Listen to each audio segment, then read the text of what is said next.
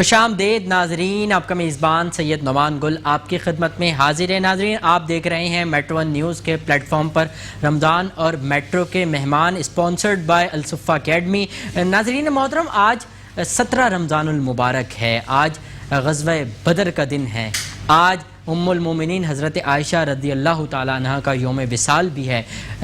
رمضان المبارک میں مسلمانوں کو اللہ رب العزت نے جتنی فتوحات، جتنی عنایات، جتنے انعامات دیے وہ کسی اور مہینے میں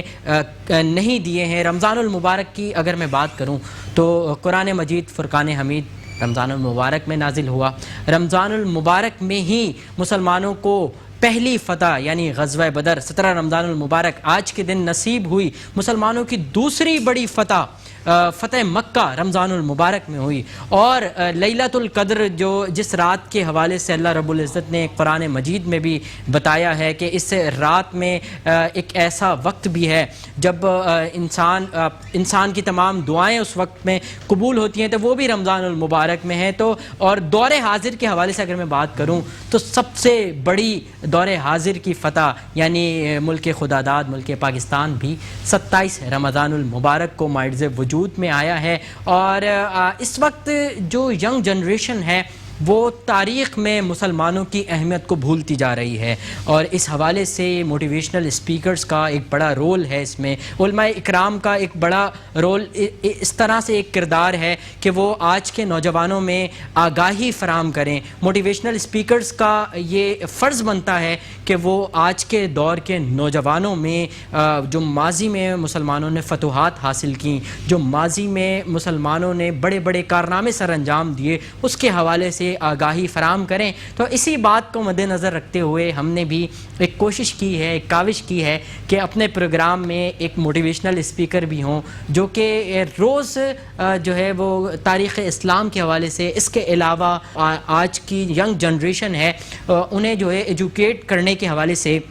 جو ہے وہ اپنی خدمات جو ہے وہ فراہم کریں۔ میرے ساتھ آج موجود ہیں، میری خوش نصیبی کے تشریف لائے پروفیسر سمیر احمد بھائی۔ سمیر بھائی السلام علیکم۔ وعلیکم السلام ورحمۃ اللہ۔ ناظرین، سمیر بھائی کے حوالے سے میں آپ کو بتاتا چلوں کہ ایک تو یہ موٹیویشنل اسپیکر ہیں، اور دوسرا آج کے جو ہمارے اسپانسر ہیں الصفہ اکیڈمی، اس میں وائس پریزیڈنٹ کے فرائض بھی سر انجام دے رہے ہیں۔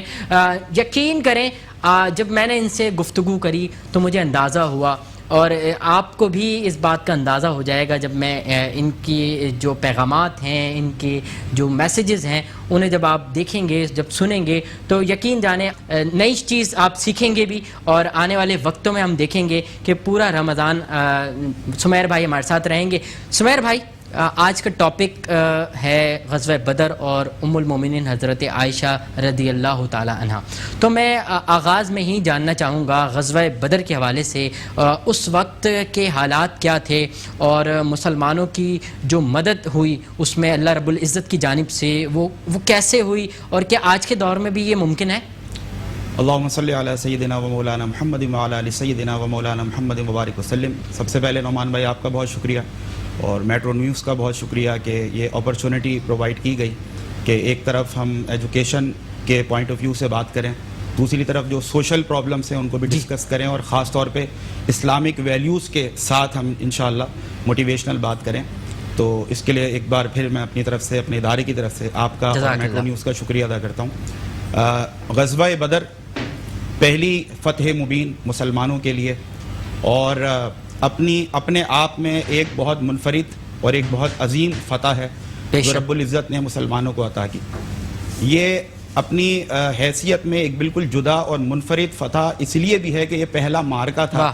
مسلمانوں اور کفار کا نہیں، بلکہ حق اور باطل کا بھی۔ یوم فرقان، جی، قرآن نے اس کو یوم فرقان کہہ کر پکارا کہ آج کے دن یہ فیصلہ ہو گیا تھا کہ اس کرۂ ارض پر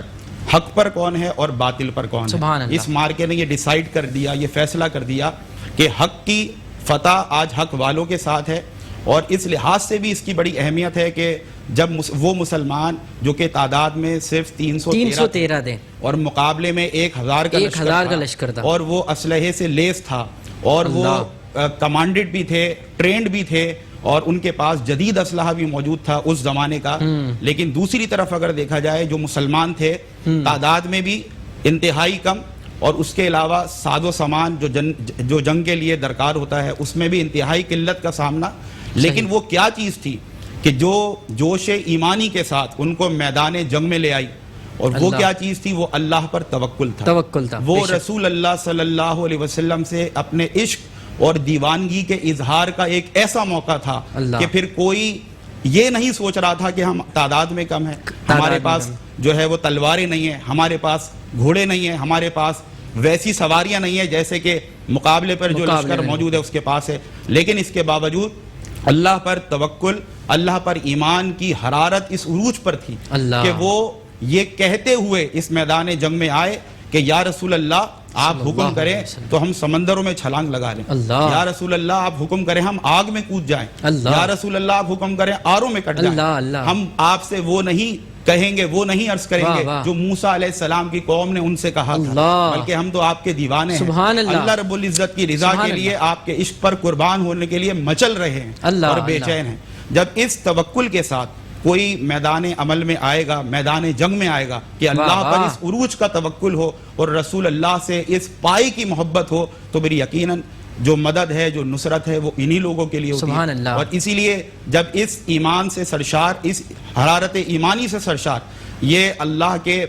بندے اور رسول اللہ کے دیوانے میں غزوہ بدر میں لڑنے کے لیے اترے, تو پھر اللہ کی مدد و نصرت بھی ان کے ساتھ ہوئی. کس طرح کہ جب یہ جنگ, یہ معرکہ شروع ہوا اور جب مسلمان وہاں پہنچے تو پہلے سے ہی جو کفار مکہ تھے انہوں نے ایک ایسی جگہ پر اپنا پڑاؤ ڈال لیا تھا کہ جہاں پر کنکر موجود تھے, ان کو چلنے پھرنے میں اور اپنے خیمے لگانے میں, اپنی ساری پلاننگ کرنے میں جنگ کی بڑی آسانی تھی. جبکہ اس کے برعکس جو مسلمان تھے ان کو جو جگہ ملی جنگ کے لیے جہاں پر انہوں نے پڑاؤ ڈالا تو وہ رتیلی زمین تھی, یعنی کہ جہاں وہ پاؤں رکھتے تھے تو پاؤں دھستے تھے, ان کو چلنے میں بھی دشواری کا سامنا تھا. لیکن اللہ رب العزت نے ایک ایسی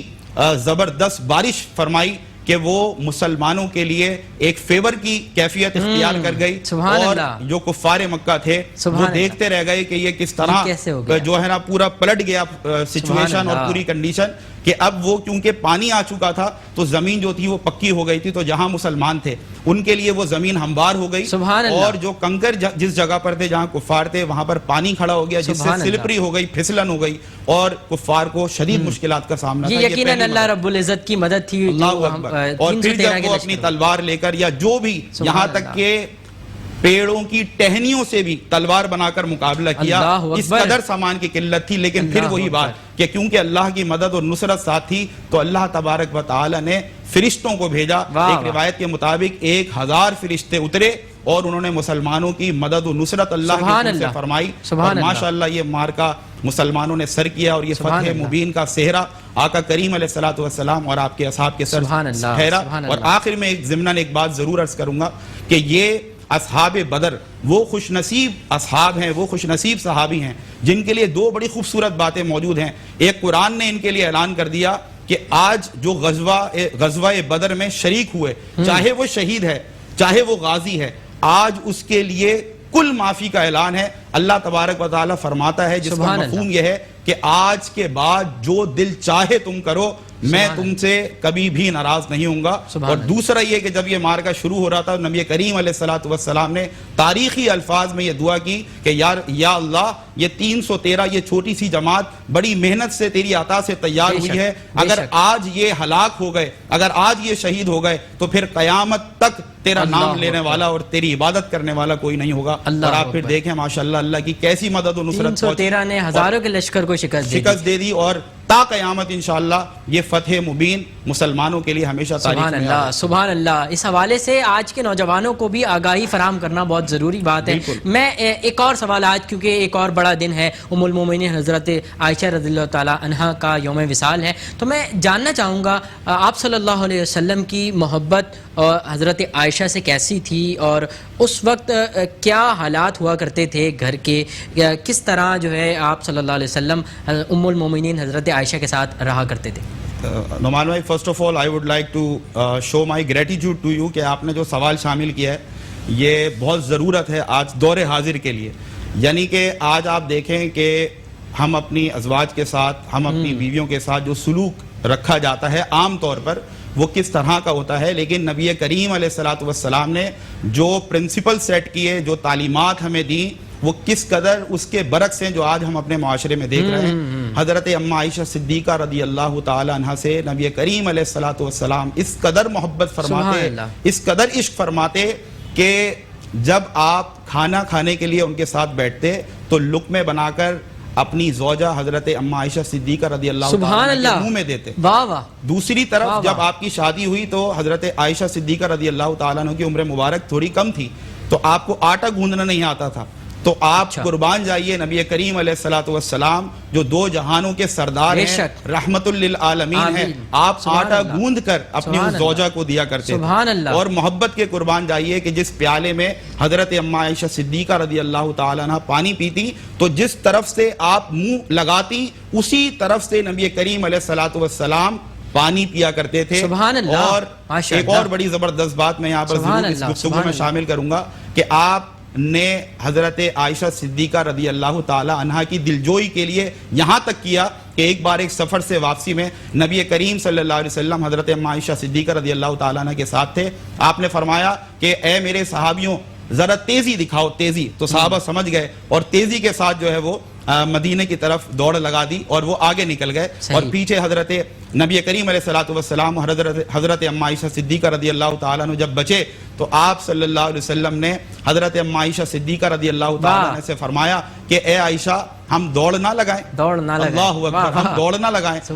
باقاعدہ آپ علیہ الصلوۃ والسلام حضرت اماں عائشہ صدیقہ رضی اللہ تعالیٰ عنہ کے ساتھ دوڑے، اور پھر کیا دیکھا کہ حضرت اماں عائشہ صدیقہ رضی اللہ تعالیٰ عنہ آگے نکل گئیں اور نبی کریم صلی اللہ علیہ وسلم پیچھے رہ گئے۔ اور پھر ایک اور سفر پر اسی طرح ہوا کہ صحابہ کو نبی کریم صلی اللہ علیہ وسلم نے تیزی سے روانہ کر دیا اور پھر فرمایا اے عائشہ آج پھر دوڑ نہ لگائیں، آج پھر دوڑ لگائی تو حضرت اماں عائشہ صدیقہ رضی اللہ تعالیٰ عنہ کو وزن تھوڑا سا بڑھ گیا تھا، تو اس بار نبی کریم علیہ الصلوۃ والسلام آگے بڑھ گئے اور حضرت اماں عائشہ صدیقہ پیچھے رہ گئیں، تو حضور نے فرمایا کہ اے عائشہ آج حساب برابر ہو گیا۔ تو یہ محبت کی ادائیں تھیں، اور علماء بڑی پیاری بات لکھتے ہیں کہ یہ اظہار عشق، یہ اظہار محبت نہیں تھا بلکہ یہ اظہار تعلیم تھا اس امت کے لیے کہ اگر شادی کرو اور اپنی بیوی کو اپنے گھر لاؤ، اپنی زوجہ کو، تو اس کے ساتھ آپ نے سوشلی کس طرح سے ٹریٹ کرنا ہے اور اپنا حسن اخلاق کس طرح اپنی بیویوں کے سامنے پیش کرنا ہے، اس کی بہترین مثال نبی کریم علیہ الصلوۃ والسلام اور حضرت عائشہ صدیقہ کے مابین ملتی ہے۔ سبحان اللہ۔ سمیر بھائی ایک کلام چھوٹا سا شامل کر لیتے ہیں، اس کے بعد ہم گفتگو کا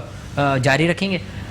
حسان رضا کون سا کلام سنا رہے ہیں ہمیں؟ میں آج آپ کو اعلیٰ حضرت کا کلام سناؤں گا، شامل کریں۔ وہ کمال حسن حضور ہے، وہ کمال حسن حضور ہے کہ گمان نقص پھول خار سے دور ہے، یہی پھول خار سے دور ہے، یہی شمع ہے کہ دوغان ہی صلو علیہ وآلہ صلو علیہ وآلہ صلو علیہ وآلہ صلو علیہ وآلہ، جسے چاہا در پہ بولا لیا، جسے چاہا در پہ بولا لیا، جسے چاہا اپنا بنا لیا،